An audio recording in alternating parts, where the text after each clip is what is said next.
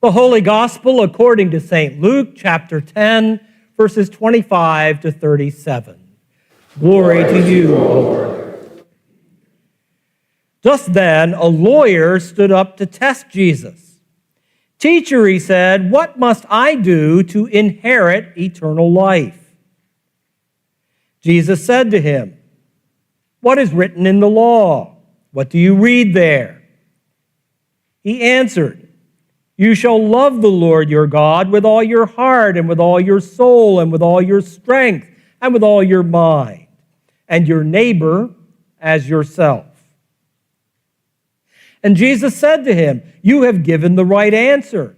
Do this, and you will live." But wanting to justify himself, he asked Jesus, "And who is my neighbor?" Jesus replied, "A man was going down from Jerusalem to Jericho and fell into the hands of robbers who stripped him, beat him, and went away, leaving him half dead. Now by chance, a priest was going down that road, and when he saw him, he passed by on the other side. So, likewise, a Levite, when he came to the place and saw him, passed by on the other side.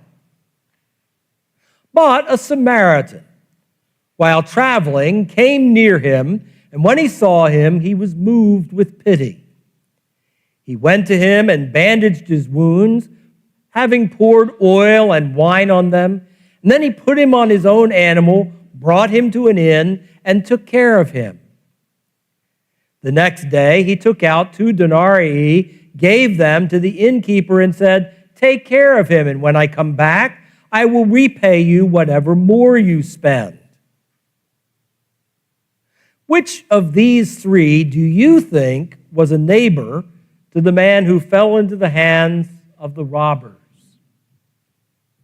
He said, "The one who showed him mercy." Jesus said to him, "Go and do likewise." The gospel of the Lord. Praise to you, O Christ. Please be seated.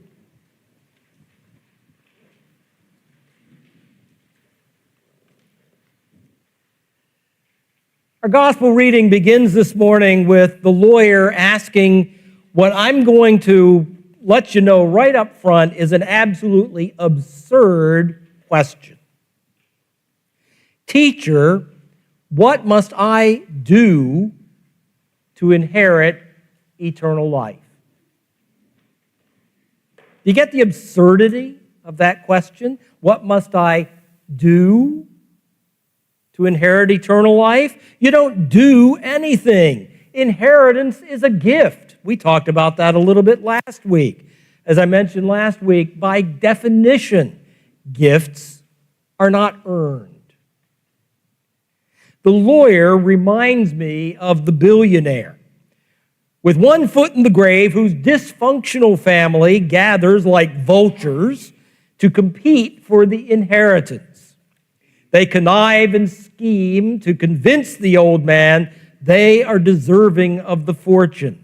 The result is disaster because an inheritance is not something to be won. It comes to us as a result of a genuine relationship. Eternal life is not a reward for having jumped through all of God's hoops all these years. Eternal life is living a true living relationship with God. A relationship now and a relationship forever. In phrasing the question as he did, first of all, with all the emphasis on me, what must I do? The lawyer showed that he's probably going to have a tough time developing a relationship with God and creation. And so Jesus steers him in the right direction. He says to the lawyer, he says, open yourself up. Open yourself up to God and your neighbor, and you will enter the kingdom.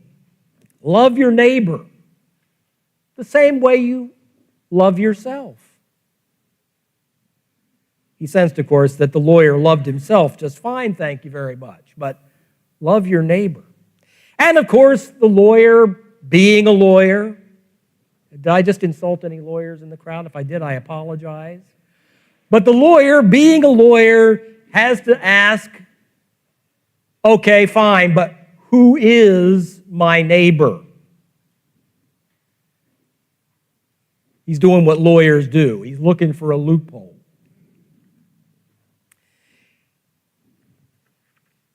And so,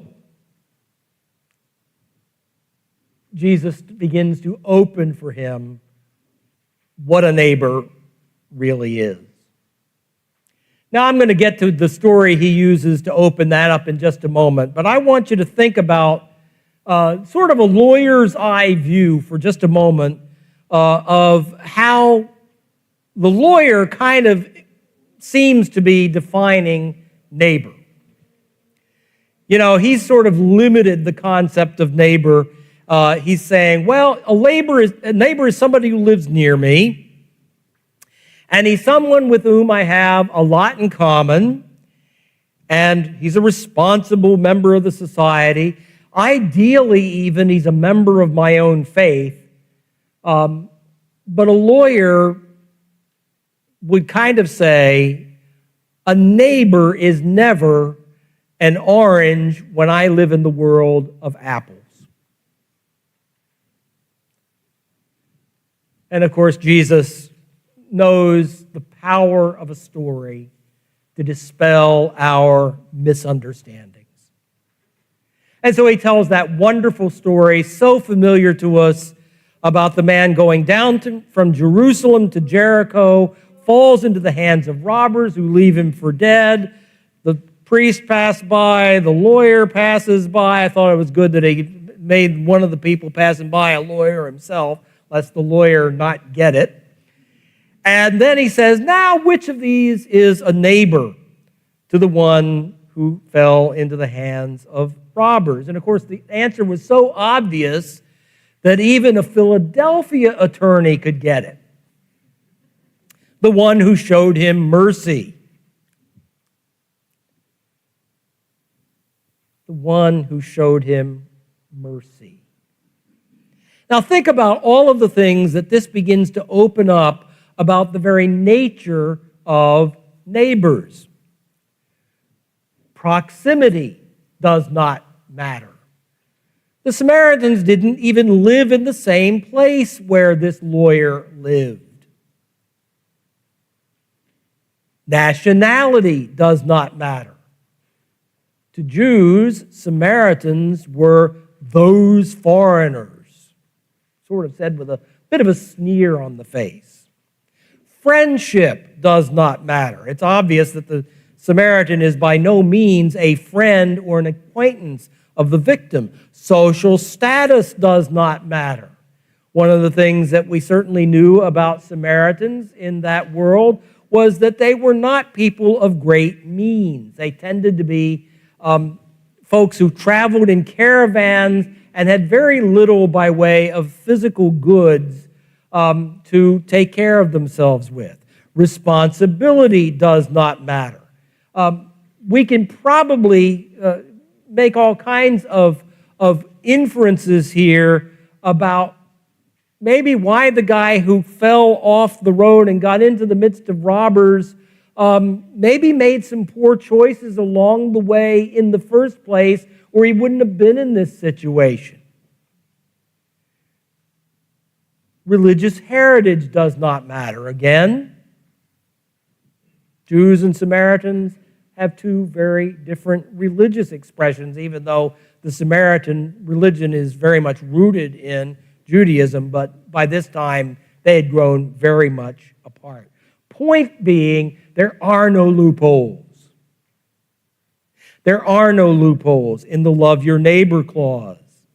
All of God's children are our neighbors. Now think about that in terms of the context we find ourselves in right now in 2025 America. That means Russians are our neighbors. Jews and Palestinians are our neighbors. Iranians are our neighbors. Undocumented aliens are our neighbors. Muslims, Buddhists, agnostics, atheists, for that matter, criminals, drug addicts, the homeless, the obnoxious. We can open up all kinds of ways of looking in the world around us and realize, do I just hang out with the folks who are just like me? Am I welcoming of the person who is different?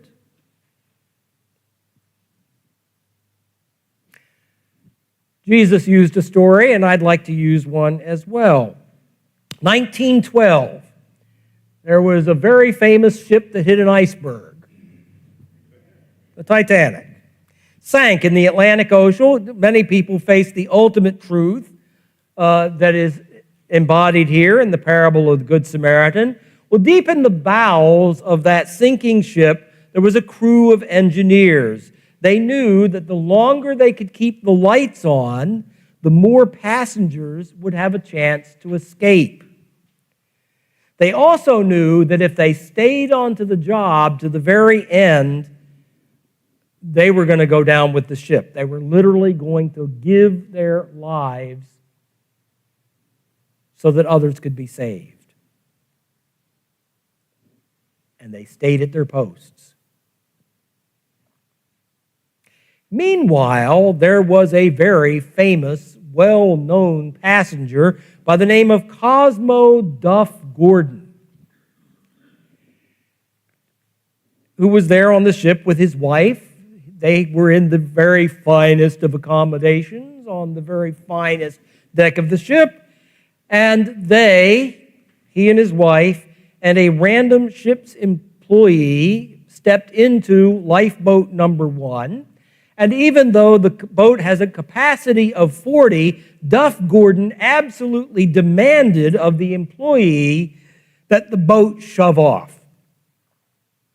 Even though he knew there were literally thousands on the boat, literally not enough boats to save them all, you'd think they'd try to crowd as many as they possibly could. Certainly somebody who saw all of those folks in first, second, and third class as neighbors would give as much room as they could in that boat. But oh no, with a dozen people on a boat that would hold 40, off they shoved, leaving behind the ship, and they're looking back behind them and seeing the sinking ship with thousands of people on it about to lose their lives.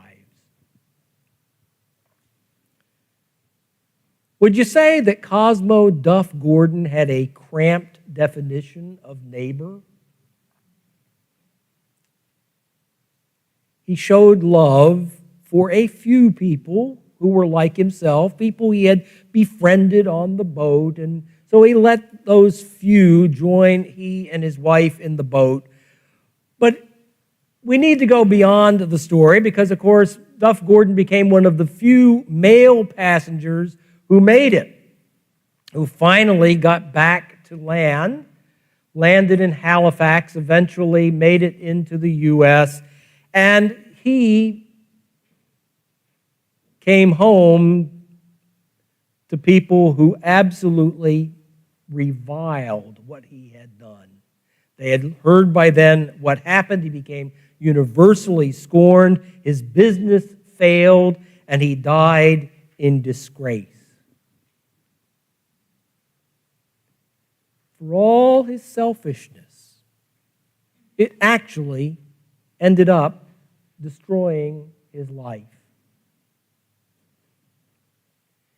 And we contrast that with those engineers who so happened to be, both of them, devout Christians. We know this by some of the telegraph messages back and forth to their families back in England. And they knew on that ship were folks good and bad, foreign and countrymen, Christian and atheist, and they kept the lights going anyway.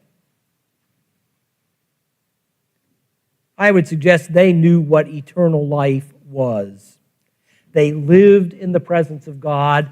And here's the thing I truly, honestly believe, because this is the nature of eternal life, they are still living with God now. Each of us has our moments when, like the Titanic engineers, we live in the presence of God. And each of us, sad to say, have our moments when, whether we realize it or not, we shove off in our own lifeboat and leave the rest of humanity behind.